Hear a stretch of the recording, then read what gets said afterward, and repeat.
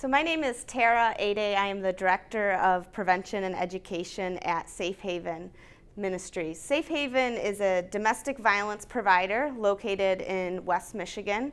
We are a faith-based organization, which really makes us quite unique. One of our expertise is definitely looking at the intersection of domestic violence and faith.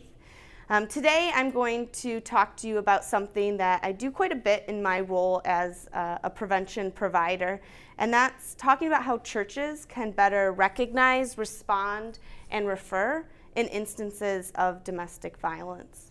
A lot of times we get calls from churches in the midst of crisis.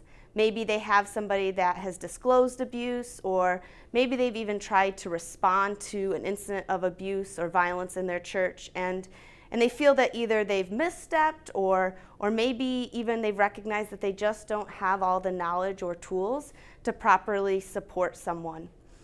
I believe, and Safe Haven believes, that the faith community, that the church is positioned really well to be able to support those that have experienced forms of abuse. After all, it is our call to serve the broken and the hurt.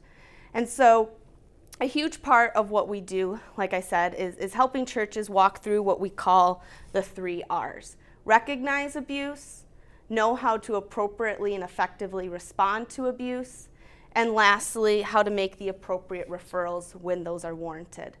So recognizing abuse, I think, is a really important first step for churches. A lot of times I think we can assume that abuse is only physical, but what we know is that domestic violence or domestic abuse looks a lot of different ways. And yes, that can sometimes include physical violence, but the majority of times it includes all of these other types of abuse that I've kind of listed on what we call a power and control wheel. And so at the heart of this power and control wheel is the desire to maintain power and control over somebody's partner. That can be a dating partner, that can be a spouse, it can be somebody that has been together for 6 months or 60 years. And so, like I said, physical is one type of abuse, but all of these other types of abuse also qualify for domestic violence. And what we know is that Jesus Christ, God, the church, Bible, nothing condones or justifies any of these forms of abuse. Some of the ones that we don't often talk about as much is spiritual abuse. So using scripture to justify abuse or using scripture to condone abuse. We find abusers often will use children as tools of manipulation or coercion to keep somebody in an abusive relationship, or make threats if they were to ever leave that abusive relationship, such as you'll never see the kids again. Finally, another type of abuse that we often see is the emotional or psychological abuse, putting somebody down, hurting them, harming them. And what we know about all of these types of abuse is all of them can be equally traumatizing and equally damaging to an individual.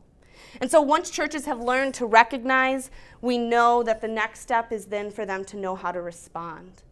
And response can look a lot of different ways depending on the needs of the individual, but a good response always starts at believing.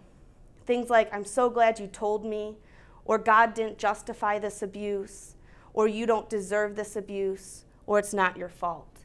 These are all really important ways to support somebody, especially those in our faith communities. And then the final part of this, the 3 R's, is the refer. So first asking a question around, what can I do to help? And then listening to what that victim or survivor is asking for. Not everybody wants to leave, but not everybody believes that reconciliation is possible or safe. And so asking those why questions, or how can I help you, or what would you like me to do to help you, and then getting connected to your local domestic violence providers so that you can make an effective referral and continue to support those in your faith communities.